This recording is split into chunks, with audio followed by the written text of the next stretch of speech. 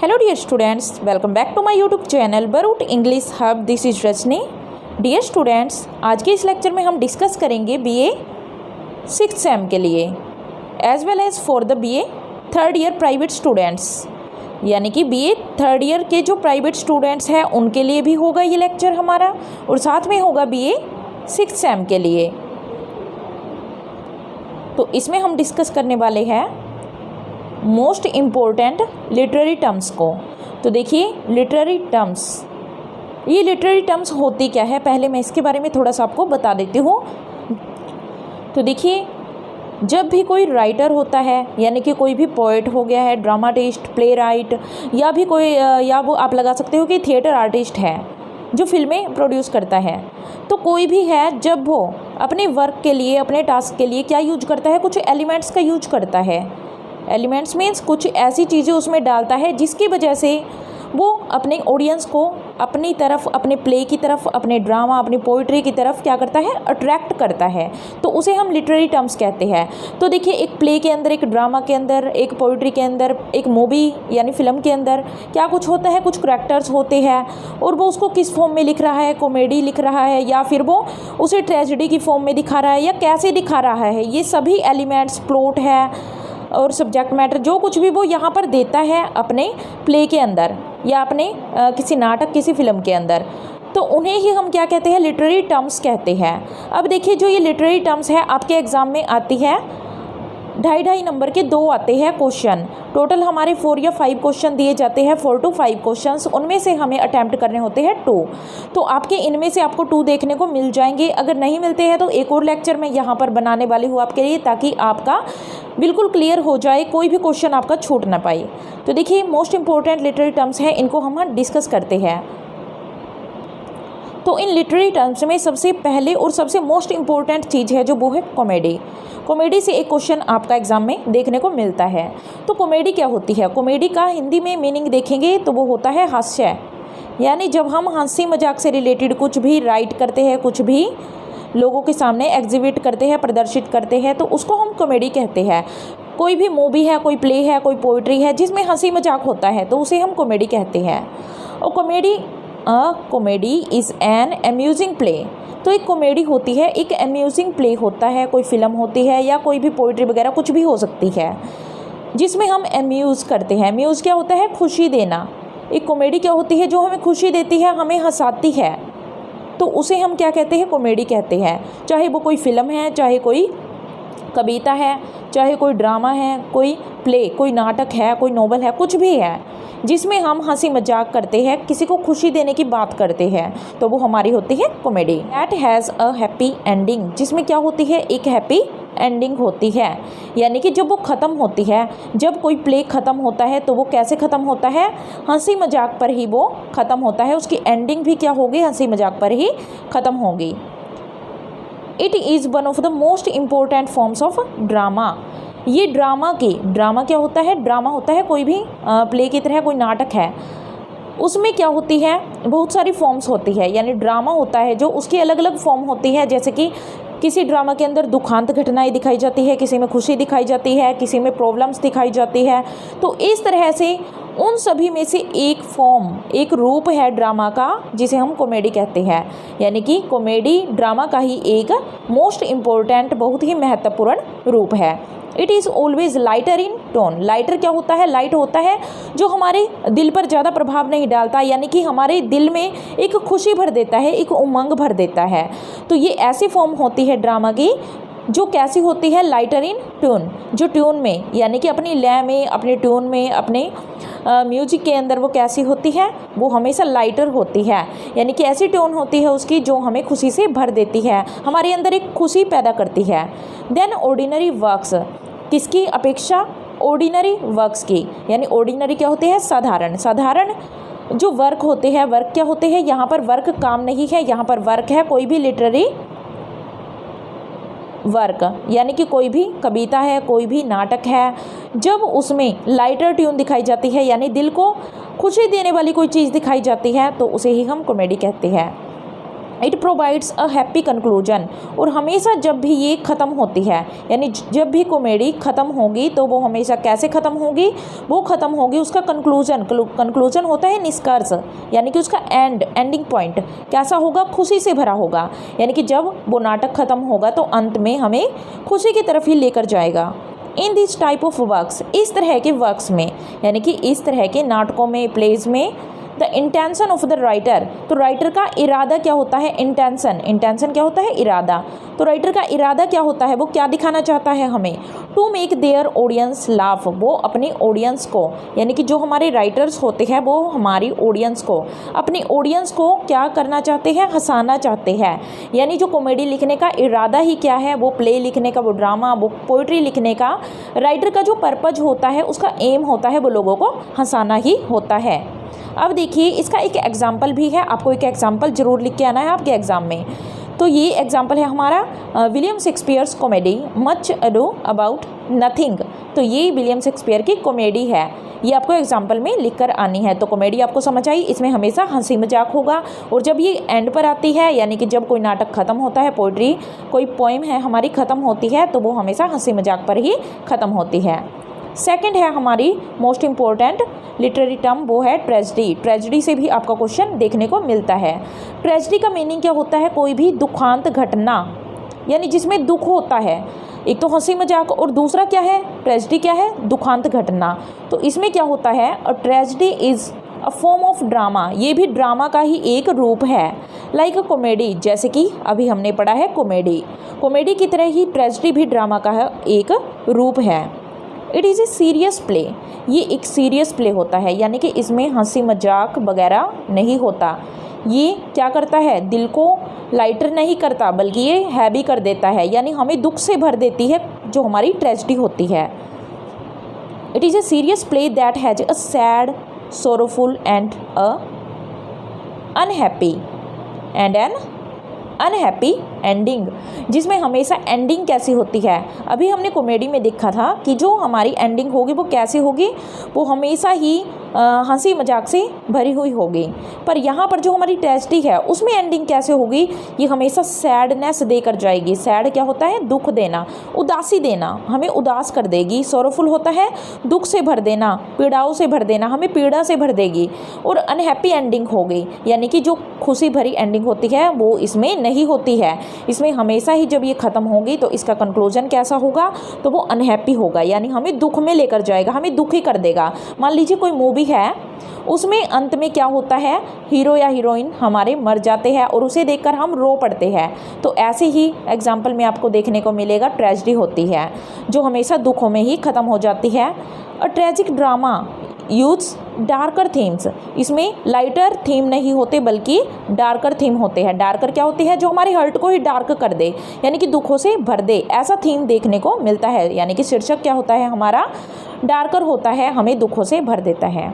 Such as disaster, pain and death, जैसे कि कोई डिसास्टर होता है, डिजास्टर हो क्या होता है, डिजास्टर होता है कोई पतन की तरफ ले जाता है जब हमें, यानी कि कोई हमारा मर जाता है। पेन, पेन क्या होता है, दुखों से भर देता है। और डेथ, डेथ क्या होती है, मौत, यानी कि अंत में क्या होता है, इसमें मौत आती है किसी की ना किसी की। जैसे कि अभी मैंने एग्जांपल दिया, हीरो हीरोइन मर जाते हैं, कोई खास व्यक्ति मर जाता है उस नाटक का। तो ऐसी जो फॉर्म होती है ड्रामा की, उसको हम ट्रेजेडी बोलते हैं। The protagonist of a tragic drama often has a tragic flaw in his character, जो हमारा प्रोटैगनिस्ट होता है, प्रोटैगनिस्ट कौन होता है, नायक या नायिका, जो मेन करैक्टर होता है हमारे फिल्म का, हमारे नॉवल का, यानी कि हीरो या हीरोइन होती है जो हमारी, वो हमारा प्रोटैगनिस्ट होता है। तो ये प्रोटैगनिस्ट होता है, उसमें एक कमी होती है। ट्रेजिक फ्लो क्या होती है, फ्लॉ होते हैं कमी, तो उसमें एक दुखांत कमी देखने को मिलती है, यानी कि उसमें एक ऐसी कमी होती है जो उसको कहाँ लेकर जाती है, इन हिज करैक्टर, उसके करैक्टर में एक कमी होती है जो उसे लीड करती है। लीड्स होता है आगे लेकर जाना, नेतृत्व करना, जो उसे आगे लेकर जाती है हिम टू हिज और हर डाउनफॉल। अगर वो हीरो है तो हिज, हीरोइन है तो हर, तो उसके डाउनफॉल की तरफ, डाउनफॉल होता है पतन, तो वो हमेशा किसकी तरफ लेकर जाती है, जो हीरो के अंदर या हीरोइन के अंदर एक कमी होती है उसके करैक्टर के अंदर, यानी कि कोई हीरो है मान लीजिए, वो क्या करता है, कोई सिगरेट पीता है, कोई ड्रिंक करता है, तो उसमें क्या होगा, लास्ट में उसकी मृत्यु हो जाती है किसी भी वजह से। जैसे आपने कई मूवीज़ में देखा होगा, तो उनमें क्या होता है, कोई हीरो है वो ड्रिंक करता है ज़्यादा और या फिर किसी बीमारी से पीड़ित हो जाता है और वो मर जाता है, तो उसमें कोई कमी दिखाई जाती है, जिसके कारण वो अंत में पतन की तरफ चल पड़ता है, यानी कि वो अपनी मौत की तरफ चल पड़ता है। It is the oldest form of drama. जो ये ट्रेजेडी है, ये सबसे ओल्डेस्ट फॉर्म है ड्रामा की। For example Shakespeare's Romeo and Juliet. Romeo and Juliet है जो विलियम शेक्सपियर द्वारा राइट, ये भी क्या है, एक ट्रेजेडी है जिसमें रोमियो जूलियट मर जाते हैं। उसके बाद थर्ड फॉर्म है हमारी, इसको एक बार रफ कर देते हैं। तो देखिए थर्ड है जो हमारे पास है मेलोड्रामा। अब ये मेलोड्रामा क्या है, ड्रामा तो हमें पता है कोई भी नाटक हो सकता है, मेलोड्रामा क्या होगा। A melodrama it's a dramatic piece, ये एक ड्रामेटिक पीस है, यानी कि ये भी एक ड्रामा की ही फॉर्म है। विद एग्जेजरेटेड करैक्टर्स, जो कि आवश्यकता से अधिक दिखाने वाले, यानी कि दिखावा करने वाले करैक्टर्स होते हैं इसमें। एग्जेजरेटेड क्या होता है, बढ़ा चढ़ाकर जब कुछ बातें कही जाती है, बढ़ा चढ़ाकर पेश किए जाते हैं ये करैक्टर्स। यानी कि मेलोड्रामा में जो हमारे करैक्टर्स होते हैं, जो हमारे पात्र होते हैं, वो क्या करते हैं, वो बढ़ा चढ़ाकर दिखाए जाते हैं। यानी कि अगर वो रोते हैं तो वो जानबूझकर इतना रोते हुए दिखाए जाते हैं कि ऐसे लगता है साफ देखने से कि वो एक्टिंग ही कर रहे हैं। या फिर अगर वो हंसते हुए दिखाए जाएंगे तो बिना बात के वो, यानी कि कोई हंसी की बात नहीं होगी, फिर भी वो जानबूझकर ज़ोर ज़ोर से हंसते दिखाए जाएंगे। तो ऐसे ड्रामाज को हम कहते हैं एग्जेजरेटेड ड्रामाज। और ऐसे जो मेलोड्रामा होगा उसमें जो करैक्टर्स होंगे वो क्या होंगे, एग्जेजरेटेड करैक्टर्स, यानी कि बढ़ा चढ़ाकर करैक्टर्स दिखाई जाते हैं, उनकी जो भावनाएं हैं वो बढ़ा चढ़ाकर दिखाई जाती हैं। रोना, हंसना या फिर कुछ करना, कोई भी बात कहना, वो बढ़ा चढ़ाकर ही बोलते हैं। एंड एक्साइटिंग इवेंट्स, और कैसे इवेंट्स होते हैं, कैसी घटनाएं होती है ऐसे ड्रामाज में, तो इनमें एक्साइट करते हैं हमें, यानी कि हमें उत्तेजना की तरफ लेकर जाते हैं। इज ऑलवेज सेंसेशनल, ये हमेशा ही सेंसेशनल होते हैं।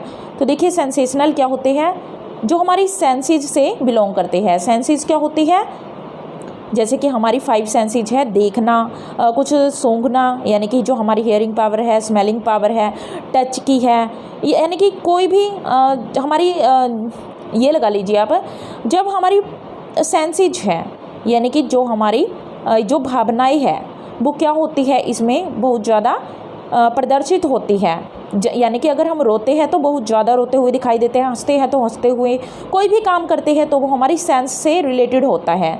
तो ये सेंसेशनल होते हैं, यानी कि हमें हंसाने रुलाने का काम करते हैं। That appeals directly to the senses of the audience. और ये सेंसेशनल जो ड्रामा होता है, ये डायरेक्टली यानी सीधे तौर पर, प्रत्यक्ष रूप से ये हमारी सेंसेज पर, सेंसेज क्या है, हमारी 5 सेंसेज पर, किसकी 5 सेंसेज, ऑडियंस की, यानी कि ये अपनी ऑडियंस की, यानी अपने दर्शकों की। मान लीजिए कोई व्यक्ति है, वो कोई मूवी देखने के लिए आया, कोई फिल्म देखने के लिए आया, तो वो क्या करता है, जो रोते हुए करैक्टर्स दिखाए गए हैं, यानी कि जब कोई करैक्टर है, कोई हीरो हीरोइन या कोई भी है उस मूवी के अंदर, वो अगर ज़ोर ज़ोर से रो रहा है तो उसको देखकर हमारे अंदर भी ऐसी फीलिंग आती है कि हम भी रोना शुरू कर दें। और कई बार ऐसा होता भी है कि कई सीरियल्स होते हैं जिनको देखकर रोने का सीन आता है तो हम उसे देखकर रो पड़ते हैं, और कोई हंस रहा होता है तो हमें भी देखकर उसे हंसी आ जाती है।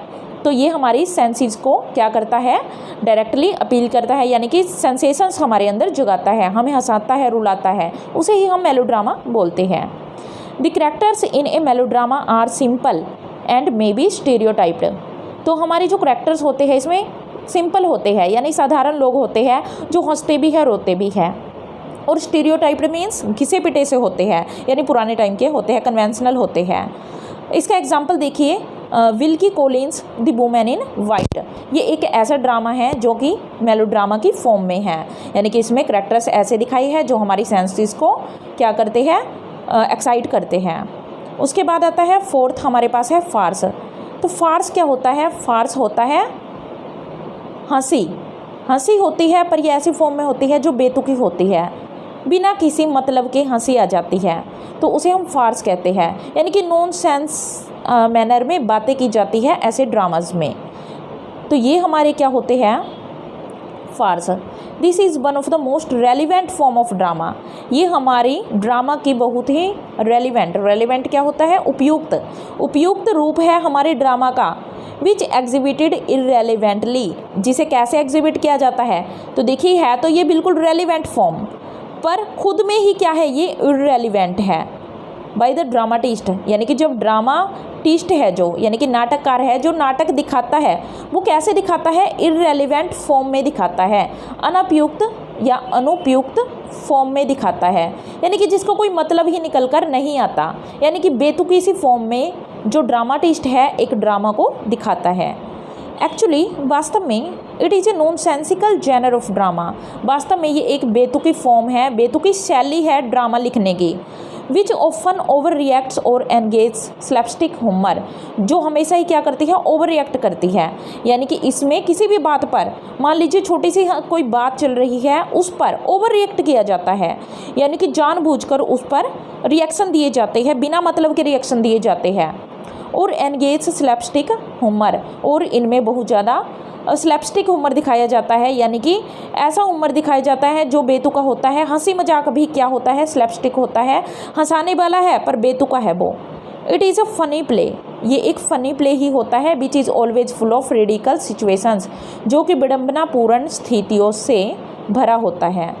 In this type of plays, इस तरह के प्लेज में, ड्रामाज में, यानी कि नाटक में क्या होता है, समथिंग सीरियस और important is not organised well, यानी कि इन नाटकों के अंदर, इन प्लेज के अंदर, इन ड्रामाज के अंदर होती तो क्या है, बहुत इम्पोर्टेंट चीज़ होती है, बहुत इम्पोर्टेंट चीज़ दिखाई गई है, बहुत इम्पोर्टेंट थीम दिखाया गया है, पर उसको पेश कैसे किया गया है, बेतुके तरीके से, यानी कि उसको तुक ही निकल कर नहीं आता, कोई इम्पोर्टेंस ही नहीं दी जाती। इम्पोर्टेंट चीज़ है पर उसे इम्पोर्टेंस नहीं दी जाती, ऐसी फॉर्म को हम फार्स कहते हैं, और होता ये हंसी मजाक ही है। For example Oscar Wilde's play The Importance of Being Earnest. उसके बाद देखिए फिफ्थ है हमारा ट्रेजेडी कॉमेडी। इसके नाम से ही आप समझ गए होंगे, ट्रेजेडी भी है इसमें और कॉमेडी भी है, यानी कि ये ट्रेजेडी और कॉमेडी, ट्रेजेडी क्या होती है, दुख, और कॉमेडी होती है खुशी या हंसी, यानी कि दुख और हंसी साथ साथ दोनों दिखाए जाते हैं। The genre tragedy comedy is a blend of both tragic and comic forms, यानी कि जो ट्रेजेडी कॉमेडी है ये ब्लेंड है। ब्लेंड क्या होता है, मिश्रण, मिक्सचर है। तो ये क्या है, मिश्रण है, मिक्सचर है। किसका मिक्सचर है ये, ट्रेजेडी का और कॉमेडी का। इन दोनों फॉर्म्स का ये एक मिश्रण होता है, यानी कि कोई नाटक है जिसमें दुख भी दिखाई गई है और साथ साथ खुशी भी दिखाई गई है। A tragic comedy can either be a serious play with a happy ending, which is not the case with a straight forward tragedy और अ ट्रेजिक प्ले। तो देखिए ये ट्रेजिक कॉमेडी है, ये क्या हो सकती है, एक सीरियस प्ले भी हो सकती है विद ए हैप्पी एंडिंग। तो देखिए जब हम कोई कॉमेडी पढ़ते हैं तो उसमें कैसी एंडिंग होती है, कॉमेडी में हमेशा जो एंडिंग होती है, कॉमेडी में जो एंडिंग होती है वो कैसी होगी, वो खुशी भरी होगी, हंसी आएगी हमें। और जो ट्रेजेडी होती है उसमें जो एंडिंग होती है वो दुखों से भरी हुई होती है, यानी कोई मर जाता है, कोई दुख होता है किसी को। पर जो ये ट्रेजिक कॉमेडी दोनों हैं, इन दोनों को मिला दिया गया है, तो इसमें क्या होगा, मान लीजिए कोई कॉमेडी है और उसकी एंडिंग कैसी होगी, दुखों पर ख़त्म हो जाएगी, यानी कि उस नाटक के बीच में, उस ड्रामा, उस प्ले के बीच में हंसी मजाक चलता गया पर अंत में कोई हीरो मर जाता है हंसी मजाक करते करते ही, तो उसे हम ट्रेजिक कॉमेडी कहते हैं। मान लीजिए कोई ट्रेजेडी चलती आई, यानी कि पूरी सीरियल है, कोई मूवी है, कोई नाटक है, उसमें पूरे नाटक के अंदर क्या चलता गया, दुख दिखाई गई है, पर लास्ट में कैसी एंडिंग होगी, हैप्पी एंडिंग। यानी कि ऐसा मिश्रण हमें, ऐसा ब्लेंड हमें वहाँ पर देखने को मिलता है, किसके अंदर, ट्रेजिक कॉमेडी के अंदर, यानी दुख और सुख दोनों एक साथ दिखाए जाते हैं। और a tragic play interspersed with moments of humour in order to lighten the mood. और क्या होता है, एक ट्रेजिक प्ले के अंदर ही क्या मिक्स कर दिया जाता है, इंटरपर्स्ट है फैलना, यानी क्या चीज़ पसरी होती है, क्या चीज़ फैलाई जाती है, ह्यूमर, यानी कि एक ट्रेजिक प्ले के अंदर ह्यूमर दिखाया जाता है ताकि लोगों का जो मूड है वो लास्ट में कैसा हो जाए, खुशी से भर जाए। यानी पूरे नाटक में, पूरे हमारे सीरियल में कोई प्ले है, कोई ड्रामा है, उसमें पूरे में तो दुख चलता रहा, पर अंत में लोगों को खुश करने के लिए उन दुखों से बाहर निकाला गया और उसमें कॉमेडी मिक्स कर दी गई। It usually has serious subject matter, और इसमें हमेशा क्या होता है, ज़्यादातर बात करेंगे हम यूजुअली, यानी कि ज़्यादातर क्या होता है, इसमें सीरियस सब्जेक्ट होता है। That is lightened with jokes and concludes with happy ending, जिसमें क्या होगा, जो हमेशा ही किस पर ख़त्म होगा, जोक्स पर, और जो कंक्लूज़न होगा, जो निष्कर्ष निकलेगा इसका, वो हैप्पी एंडिंग पर निकलेगा। इसका एग्जाम्पल है William Shakespeare's the merchant of Venice. The merchant of Venice आपने देखा है, आपका जो प्ले है विलियम शेक्सपियर का 6th सेम के अंदर। तो इसमें क्या दिखाया गया है, पूरे नाटक में दुख चलते रहते हैं, दुखी घटनाएं होती है, और अंत में क्या कर दिया जाता है, एक हैप्पी एंडिंग हो जाती है। तो ये इसका एक अच्छा एग्जाम्पल है। उसके बाद देखिए comedy of manners. Comedy of manners क्या होती है, एक ऐसी कॉमेडी जिसमें मैनर्स दिखाए जाते हैं। अब ये मैनर्स कैसे है वो आपको इसमें देखकर समझ आ जाएगा। Comedy of manners is a type of play और ड्रामाज। कॉमेडी ऑफ मैनर्स एक टाइप का प्ले और ड्रामा कुछ भी हो सकता है। दैट शोज, जो क्या दिखाता है, the behaviour and lives of people, जो लोगों का व्यवहार दिखाता है। बिहेवियर व्यवहार, और लिव्स होता है उनकी ज़िंदगी, उनका जीवन दिखाता है, ज़िंदगी या फिर उनका जीवन दिखाता है। किन लोगों का, belonging to a particular social class, जो कि एक खास सामाजिक वर्ग से जुड़े हुए होते हैं, बिलोंग करते हैं, यानी कि एक खास वर्ग से जुड़े हुए होते हैं, समाज के किसी खास वर्ग से जुड़े हुए होते हैं। स्पेशली खास तौर पर बात करें तो वो किससे जुड़े हुए होते हैं, कौन सा है वो सोशल क्लास है, यानी कि खास वर्ग, वो पर्टिकुलर सामाजिक जो वर्ग है वो है कौन सा, वो एक अपर क्लास है। यानी ज़्यादातर अपर क्लास की बात की जाती है। यानी कि इस टाइप के प्ले के अंदर, कॉमेडी ऑफ मैनर्स के अंदर क्या दिखाया जाता है, मैनर्स दिखाए जाते हैं उच्च वर्ग के, अपर क्लास के, यानी कि जो अमीर लोग हैं उनकी बातें की जाती है। और क्या दिखाया जाता है कि कैसे वो दिखावा करते हैं। अपर क्लास के लोग हैं जो, वो क्या करते हैं, मैनर्स होने का दिखावा करते हैं। उन पर ही क्या किया जाता है, सटायर किया जाता है, व्यंग्य किया जाता है कि कैसे ये लोग, अपर क्लास के लोग क्या करते हैं, अच्छे मैनर्स होने का दिखावा करते हैं, और कॉमेडी के मैनर में इन्हें दिखाया जाता है। तो आपको अच्छे से समझ आया होगा कॉमेडी ऑफ मैनर्स क्या है। ये एक इस तरह का प्ले, यानी कि नाटक है, कोई ड्रामा है, जिसमें ऐसे लोगों के बिहेवियर को, व्यवहार को, और उनके जीवन को दिखाया जाता है, जो एक खास वर्ग से जुड़े हुए होते हैं। ज़्यादातर बात किसकी होती है, अपर क्लास की। इन्हें ह्यूमरस वे, और इनको एक हंसी मजाक में दिखाया जाता है। In fact these plays are meant to make fun of these upper class people. वास्तव में जो इरादा होता है राइटर का, कोई प्ले लिखने का, इस टाइप का कॉमेडी ऑफ मैनर्स लिखने का, जो राइटर का इंटेंशन होती है, उसका एम होता है, उसका अर्थ होता है, वो क्या होता है, जो अपर क्लास के लोग हैं, in order to make fun of them, ताकि उनका फन बनाया जा सके, उनका मजाक बनाया जा सके, उनका जोक किया जा सके, फॉर करेक्शन। और इस मजाक के द्वारा वो क्या करना चाहते हैं, उनमें करेक्शन, उन्हें सुधारना चाहते हैं। तो यही इसका पर्पज होता है राइटर का, अपर क्लास के लोगों को उन पर हंसी मजाक करके, उन पर व्यंग्य करके उनको सुधारना ही इसका मकसद होता है कॉमेडी ऑफ मैनर्स का। For example Harold Pinter's play the Homecoming. Example के लिए हैरोल्ड पिंटर है राइटर, इसका जो एक प्ले है द होम कमिंग, ये हमारा क्या है, एक कॉमेडी ऑफ मैनर्स ही है। उसके बाद 7th है हमारे पास the problem play. Problem play क्या होते हैं, ये वही प्लेज है, वही चीज़ें हैं जो आपके एग्ज़ाम में आ चुकी है, और वहीं से मैंने ये कवर की है, और दोबारा भी आने की इनकी संभावना है, यानी कि पूरी तरह से पॉसिबिलिटी है कि आपको ये एग्ज़ाम में देखने को मिलेंगे। द प्रॉब्लम प्ले, प्रॉब्लम क्या होती है आपको पता है, कोई भी समस्या। अब ये होता क्या है, ऐसा play, the problem play is a popular form of drama. ये भी ड्रामा की ही एक फॉर्म है, ड्रामा का ही एक रूप है। The term the problem play is coined by Sidney. तो इसे क्वाइंट किया गया था, यानी कि इसे सबसे पहले लाया गया था सिडनी के द्वारा। सिडनी एक राइटर है एलिजाबेथन एज के, तो सिडनी के द्वारा इसे लाया गया था, इस टर्म को क्वाइंट किया गया था। And it is emerged in the 19th century. और ये कब उभर कर आई हमारे सामने, 19वीं सदी में उभर कर आई। In this type of drama the social और मोरल प्रॉब्लम्स आर रेज्ड। इस तरह के ड्रामा होते हैं जो उनमें सामाजिक, तो उनमें किस टाइप की प्रॉब्लम देखने को मिलती है, तो उनमें सोशल होता है सामाजिक, यानी कि समाज की प्रॉब्लम, और मोरल क्या होता है, नैतिक, यानी कि सामाजिक और मोरल प्रॉब्लम है उन्हें रेज किया जाता है, उन्हें उठाया जाता है, यानी कि समाज में हमारे कैसी प्रॉब्लम्स चल रही है, नैतिकता को लेकर कैसी प्रॉब्लम्स चल रही है।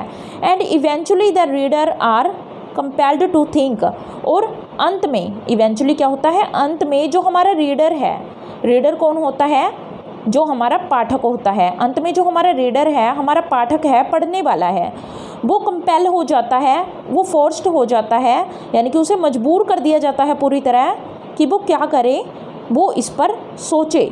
थिंक होता है सोचना, कि वो इस प्रॉब्लम पर अच्छे से सोचे, लॉजिकली सोचे इस इशू के ऊपर, इस प्रॉब्लम के ऊपर। The chief elements of the problem plays are wrong, injustice inflicted on the society. जो इसका मेन एलिमेंट होता है, मुख्य जो इसका तत्व होता है द प्रॉब्लम प्ले का, वो क्या होता है, जो हमारा समाज है उसमें फैली बुराई होती है और अन्याय होता है। तो बुराई किससे रिलेटेड है, वो सोशल प्रॉब्लम से रिलेटेड होगी, और मोरल से रिलेटेड होगी इनजस्टिस, अन्याय, ये मोरल इशू होगा। तो इस तरह के इशू उठाए जाते हैं प्रॉब्लम प्ले में, यानी कि सीधे तौर पर कहे तो समाज की समस्याएं उठाई जाती है प्रॉब्लम प्लेज में। फॉर एग्जांपल गेल्सवर्दीज प्ले जस्टिस, जो कि 1910 में लिखा गया था। इसके एग्जाम्पल के रूप में देखें तो जस्टिस एक प्ले है जो 1910 में लिखा गया था गेल्सवर्दी के द्वारा। उसके बाद लास्ट है मोस्ट इम्पोर्टेंट हिस्टोरिकल प्ले। अब ये हिस्टोरिकल प्ले क्या है, हिस्टोरिकल वर्ड से ही आपको समझ आया होगा, जो हिस्ट्री से बिलोंग करता है, यानी कि जो पास्ट से बिलोंग करता है। हिस्ट्री क्या है, पास्ट है। इतिहास जो हमारा अतीत है वो क्या होता है, पास्ट। ऐसा प्ले जो किससे बिलोंग करेगा, जो कि अतीत से जुड़ा होगा, अतीत से बिलोंग करता है, तो ऐसे प्ले को हम हिस्टोरिकल प्ले कहते हैं। A historical play is a play that is set in the past, जिसे सेट किया जाता है पास्ट में, अतीत में, and have the characters that lived during that period. और इसमें ऐसे कैरेक्टर्स होते हैं जो क्या करते हैं उसी पीरियड में। दैट पीरियड क्या है यहाँ पर, वही पीरियड जिसमें ये प्ले किया गया, यानी कि ऐसा प्ले जिसमें कुछ कैरेक्टर्स होते हैं जो कि अतीत से जुड़े होते हैं। मान लीजिए बात आती है जो इंडियन एक एम्परर था अकबर की बात ले लीजिए आप। यहाँ पर अकबर एक राजा था, इसको उठा लिया जाए, अकबर को उठाकर क्या बनाया गया, एक सीरियल बना दिया गया जोधा अकबर, मूवी बना दी गई जोधा अकबर। पृथ्वीराज चौहान उठा लीजिए, इसको लेकर एक सीरियल बना दिया गया, एक नाटक लिख दिया गया, एक फिल्म लिख दी गई पृथ्वीराज चौहान से रिलेटेड। तो इसमें जो करैक्टर है वो भी कैसे दिखाए जाएंगे, वो भी हमारे हिस्ट्री से जुड़े हुए अतीत के करैक्टर ही दिखाए जाएंगे। जो उनका पहनावा होगा, कुछ भी होगा, वो सारा कुछ वैसा ही दिखाया जाएगा जो कि हमारी हिस्ट्री में होता था। यानी कि उस राजा के कपड़े कैसे हैं पहनने के, वो करैक्टर्स कैसे हैं, उसमें थीम भी कैसा होगा, सब कुछ क्या होगा, हिस्ट्री से रिलेटेड होगा। History plays something sometimes also known as the chronicle plays. History plays को ही क्या कहा जाता है, क्रॉनिकल प्लेज भी कहा जाता है। Everything in historical play such as characters, plot, theme and setting etcetera directly concerned with the past events. तो अभी मैंने बताया कि जितनी भी चीज़ें होती हैं, चाहे वो प्लॉट कथानक है, करैक्टर्स उसके पात्र है, थीम उसका विषय है, सेटिंग है यानी कि क्या सीन कहाँ पर चलते हैं, किस सदी में चल रहे हैं, किस स्थान पर चल रहे हैं, प्लेस क्या है, सब कुछ हिस्ट्री से रिलेटेड ही दिखाया जाएगा, यानी कि वैसा ही दिखाया जाएगा जैसा कि अतीत में हुआ था। और ये सीधे तौर पर डायरेक्टली कंसर्न्ड होता है जुड़े होना, डायरेक्टली सीधे रूप से किससे जुड़े होते हैं, पास्ट से ही जुड़े होते हैं, पास्ट की इवेंट्स से, घटनाओं से जुड़े होते हैं। For example Christopher Marlowe's Edward second.